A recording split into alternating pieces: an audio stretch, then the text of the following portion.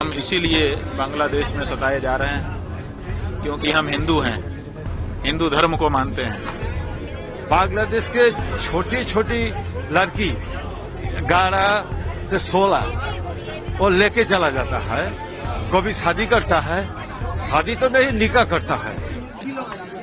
कुछ हिंदू इकट्ठा होकर के आए जिनमें पुरुष भी थे, स्त्रियां भी थीं, माताएं भी थीं, और उन्होंने अपनी जो पीड़ा है उसको हमारे सामने रखा और गुहार लगाई कि हम इसीलिए बांग्लादेश में सताए जा रहे हैं क्योंकि हम हिंदू हैं, हिंदू धर्म को मानते हैं। इसलिए आप चूंकि हिंदू धर्म के सर्वोच्च धर्माचार्य हैं, आप हमारे पिता हैं धर्म के, आप हमारे अभिभावक हैं, तो आप हमारी रक्षा करिए।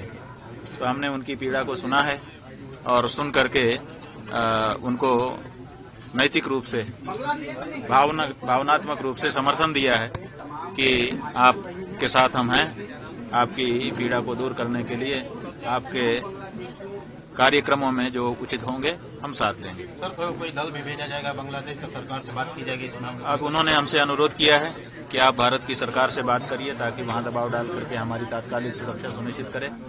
और उन्होंने ये कहा है कि हम बांग्लादेश में जिस तरह से अभी रह रहे हैं, लगता नहीं है कि लंबे समय तक हम ठीक से रह पाएंगे। इसलिए बांग्लादेश में ही हमको जो दो हमारे डिवीजन हैं, एक रंगपुर और दूसरा राजशाहीपुर, इन दोनों डिवीजन को जो ब्रह्मपुत्र और पद्मा नदी से संरक्षित हैं, इनको हिंदू भूमि के रूप में हमको सुरक्षित कर दिया जाए ताकि हम हिंदू लोग पूरे बांग्लादेश से आके वहां रहने लग जाएं तो हमारी समस्या दूर हो सकती है।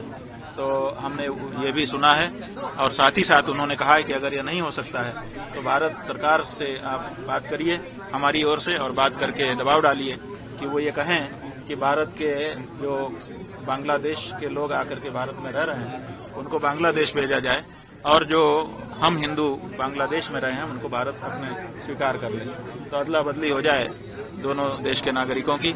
ये भी एक विकल्प उन्होंने हमारे सामने रखा है, हम सरकार से बात करें। आप महाराज जी, आपकी तरफ से क्या सरकार से संदर्भ में कोई प्रयास किए जाएंगे कि कम से कम इनकी आवाज पहुंचे वहां तक? हाँ बिल्कुल, इन्होंने यही हमसे चाहा है। हम सीधे तो कोई लंबी मदद कर भी नहीं सकते हैं, भावनात्मक रूप से इनके साथ खड़े होने की जो जरूरत थी, इनकी पीड़ा को सुनने की जो जरूरत थी, उसको तो हमने पूरा किया है। लेकिन भारत की सरकार से इनकी पीड़ा अवगत कराना और कुछ करने के लिए प्रेरित करना, यही इन्होंने हमसे चाहा है और हम ये जरूर करेंगे। लेकिन महाराज जी, लगता नहीं है कि ऐसे मामलों में राजनीति नहीं होनी चाहिए? फिलिस्तीन की आवाज संसद में उठ रही है, लोग बैग लेके पहुंच रहे हैं, झूला लेके पहुंच रहे हैं, बांग्लादेश के हिंदुओं की आवाज क्यों नहीं? क्या ये वोट बैंक नहीं है इसलिए ऐसा हो रहा है? देखिए, वोट बैंक हो चाहे ना हो, हम लोग तो धर्माचार्य हैं और धर्म के पालन में जो लोग लगे हुए हैं उनका सहयोग करना और उनको उनके मनोबल को बढ़ाना, ये हमारा कार्य है और इसके लिए हम लोग अपना कार्य करेंगे।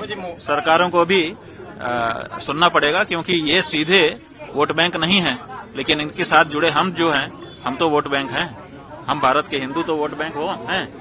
हम अगर बांग्लादेश के हिंदुओं के साथ अपने आप को जोड़ेंगे तो स्वाभाविक है उसका परिणाम भारत की राजनीति में भी देखने को मिलेगा। लेकिन भारत में मुस्लिम वोट बैंक मजबूत है, यहाँ पर उनकी चर्चा होती है, लेकिन हमारे जो हिंदू भाई हैं उनकी चर्चा बांग्लादेश को लेकर यहाँ विपक्ष क्यों? देखिए, बात यह है, तो फिलिस्तीन की आवाज देखिए उठा रहा है। बात यह है कि पक्ष है कि विपक्ष है, कौन खड़ा है आप बताओ? पक्ष भी कहाँ खड़ा है? पक्ष के पास तो इस समय ताकत है ना, पक्ष क्यों नहीं खड़ा हो रहा है? पक्ष को चाहिए कि वो खड़ा हो जाए और विपक्ष को भी चाहिए। अगर विपक्ष नहीं हो रहा है तो हम उसको दोष दे सकते हैं, लेकिन तब जब पक्ष हमारे लिए खड़ा हो।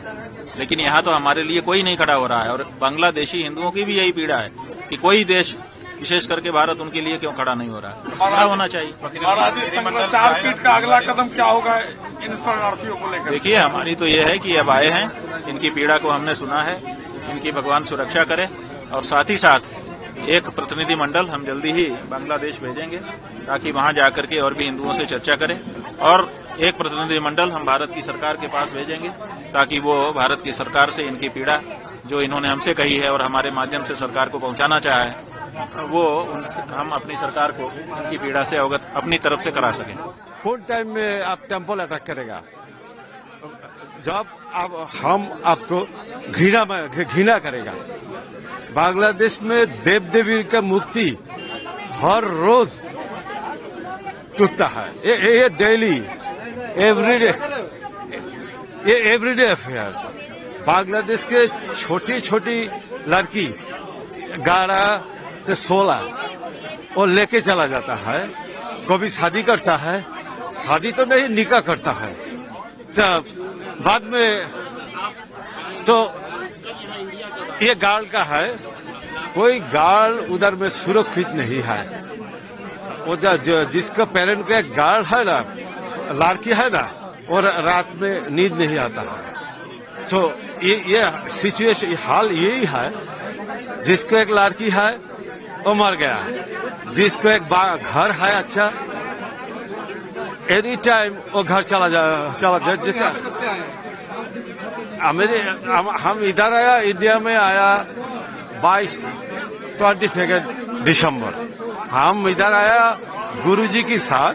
वास्तव हमारा चिन्मय महाराज जेल में बंद है और उनका नाम है हजारों और निर्दोष हिंदुओं को बांग्लादेश का अभी जो, मैं तो सरकार नहीं कहेगा, जो हिंदुओं को बांग्लादेश के भगाने के लिए जो उसका एजेंडा है उसका सफल करने के लिए उनका आदेश में हजारों हिंदुओं को जेल में बंद करके रखा और झूठा केस डाल के सबको घर से बाहर कर दिया। ऐसे बहुत एरिया है, चाहे वो रंगपुर हो, चिटागंग हो और दूसरे एरिया में भी, जहाँ से बांग्लादेश में पुलिस का 12 ऑफिसर, जिसका नाम है, कोई भी एलिगेशन नहीं है, उनका कोई गलत है, ऐसे भी 12 ऑफिसर को भी उन्होंने निकाल दिया, जिसका नाम है, कोई शिकायत नहीं है।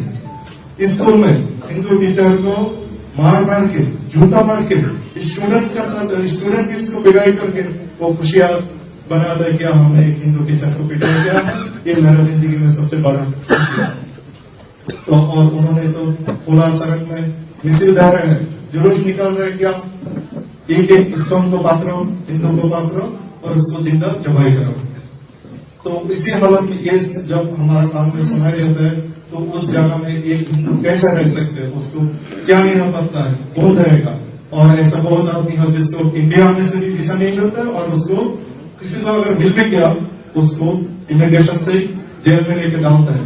एक हमारा हिंदू जो जर्नलिस्ट है सैमुअल दत्त, उनको उन्होंने इमिग्रेशन से पकड़ के जेल में डाल के रखा, सबसे वो आज भी जेल में बंद है।